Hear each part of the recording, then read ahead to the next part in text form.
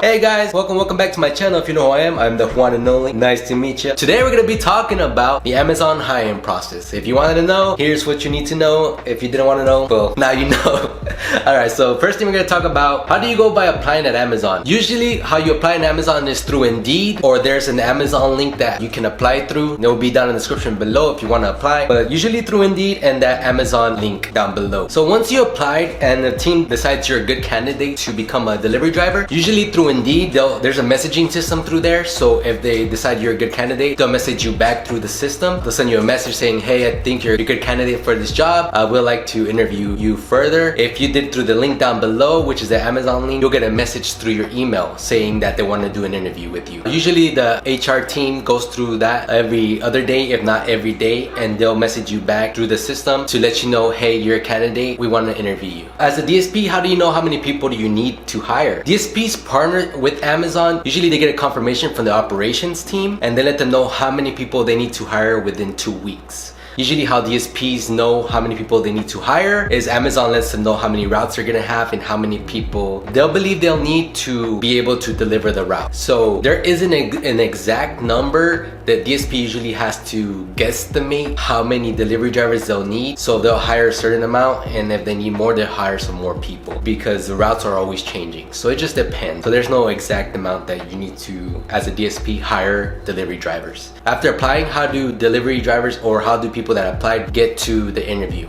If you applied through Indeed, like I said, they'll message you back through Indeed and give you a link usually to where you can go do the interview. And the same thing with the Amazon application, they'll send you an email and give you a link where to go to the interview. Usually it's through a video app called Chime, and that's how the interviews go. Usually it's not a one-on-one thing. It can be one-on-one or it can be multiple people being interviewed at the same time. If you're selected, you'll get an email or a message back through Indeed letting you know you seem to fit the description that we need to be a delivery driver. Here's a link, show up at this time for your interview and we can talk more about the job. If I'm explaining that right guys?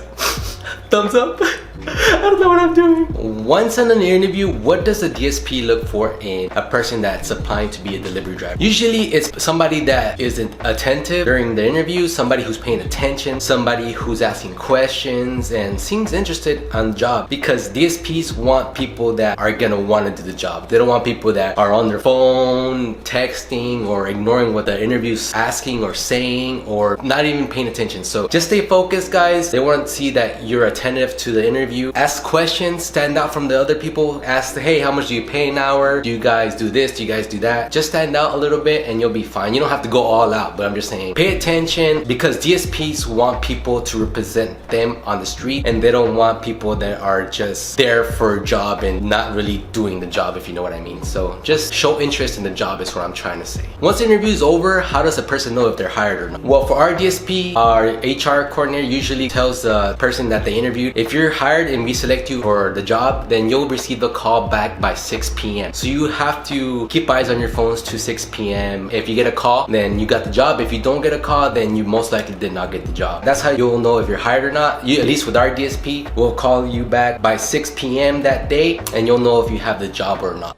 Guess what? Your boy got a job. Yeah, boy. Once you got a call back by 6 p.m., what's the next step? Well, usually the next step is, once you're hired, the DSP that you apply to is gonna ask for your driver's license, your current zip code, and your current email. They'll either ask you to email that to them or text that to them. Depends on the DSP. Every DSP is different. When you do that, it allows the DSP to get the ball rolling, to start your hiring process, to get everything ready for you to get hired onto the job. Once we receive all that information, your zip code, your email, and your driver's license, we can get you set up for a drug test, which usually is regular 5-panel drug test. They check for marijuana, opiates, and things like that. Alcohol too. Regular P test, guys, they'll do a P test. Usually a P test, I've heard some people do the cotton swab, but usually it's a P test. So even if marijuana is legal or not legal, that will still count against you. Once that comes out clear, hopefully it comes out clear. We have had people where they took the drug test and they failed. It happens, yeah. Are you on drugs or alcohol? No, sir. Do you take drugs or alcohol? What is drugs? Make sure you're clear. So once that comes back clear, we set up your Amazon profile and you'll answer all the information they want. It's an Amazon thing, so you gotta make sure you fill out everything. They ask for pictures and stuff. Once you fill that out, it kickstarts your background check. The background check goes up to 7 years, guys. 7 years. So anything on that background check will be used against you in the court of law. I'm kidding. It will be used against you. Make sure you have nothing. If it's something like felony wise, you most likely won't get the job. So make sure you're pretty clear. If it's like tickets or something like that, it probably won't count as bad. But if it's something bad like a felony, you probably won't get the job. So like I said, anything within those 7 years cannot be ignored. If you are cleared within everything, your background check is good, your drug test is good, the DSP will set you up for your Amazon training days, which is usually 3 days. The first 2 days are with Amazon. The first day consists of videos and quizzes. You get 3 tries for every quiz you take. So it'll be a lot of videos the first day, and after every video you take a quiz. That's how usually it works. Or if there's no videos, there'll be somebody teaching you. Usually it's just videos and quizzes. You gotta make sure you pass all the quizzes, alright? I emphasize that. Make sure you pass all the quizzes, guys. The second day is gonna be a driving test, which is basically you driving a van, going through a little course with cones. So there'll be somebody there to teach you or telling you what to do. So hopefully you won't fail it. You shouldn't fail it, but some people have in the past. But if you have any questions while you're training those 2 days with Amazon, make sure to ask them so they can answer those questions for you. The third day, you'll come to my DSP, or that's how my DSP works. You'll come to our DSP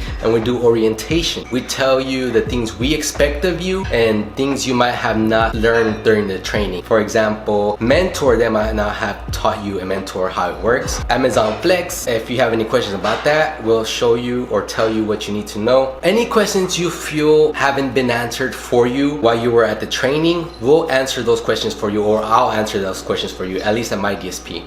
If you feel lost or confused, you can ask any questions and I'll try to answer it to the best of my ability. And yeah, that's pretty much the 3 days of training. 2 days with Amazon, 1 day with your DSP, which is our DSP. I don't know if all DSPs do this, but we do. And you do get paid for your training day. Once those 3 days of training is over, you're out on the streets on your own. Are we letting it go? Well, you know, it's tradition to always throw back like the first catch, so I'm just gonna let him go home with his family. Be free! Our DSP, let me emphasize this, our DSP does do this, but not all DSPs do this. We do nursery route. What's a nursery route? Basically, you don't start off at 100% of a route. You start off at 60, then 70, then 80, then 90, and work your way up to 100% route. Some DSPs, they'll throw you at 100%, so I'm saying not all DSPs do this. We do nursery route. That's what a nursery route is. You start off small and work your way up. That way you don't feel lost, confused, and you don't feel like you were just thrown in there. Nobody's helping you. No, we help you out just by starting you small and working your way up to a full route. During your nursery routes, you don't do rescues, but once you're done with your nursery routes, you do rescues. We don't demand, at my DSP at least, we don't demand that you do rescues. We ask you, do you want to do a rescue? It's up to you, yes or no. Do you want more hours, yes or no? A rescue is when you're done with your delivery route, you're finished your route, and somebody needs help. They're behind or something like that, something happened, and you go rescue, pick up some packages from them, and deliver for them. In our DSP at least, you're not demanded to do it. Some DSPs do demand that you do rescues. And that's basically the hiring process, guys, from beginning to end. Depending on what DSP you work for, you might do a cycle 1, a cycle 2, or a mega cycle. I think they're going away with cycle 2s, but I'll still tell you what it is. So cycle 1, you can start off as early as 6 a.m. in the morning, all the way to 11 a.m. in the morning, and then you won't finish until 5 p.m. or so, or 6 p.m. It just depends on how fast you are. A cycle 2, you won't start till about 11 a.m. or 12 p.m. and you'll work all the way until you finish. So maybe it might be 8 p.m., 9 p.m. Mega cycle, which they're starting, I think they're getting rid of cycle 2s and they're implementing mega cycles, which mega cycles start around 9 a.m. and go all the way to 2 p.m. and you won't finish till you're done. So those usually last 9 to 10 hours. So cycle 1s last usually 10 hours, cycle 2s usually last 8 hours, and mega cycles usually last 9 to 10 hours. It just depends. Mega cycles are usually a mixture of cycle 1, cycle 2s, and whatever. How much do you get paid? In Texas at least, it's $15 an hour, and it can go up from there depending on where you live and your cost of living. So it just depends on where you live, guys. So the pay might be 17, the pay might be 18, the pay might be 20. Just depends on where you live.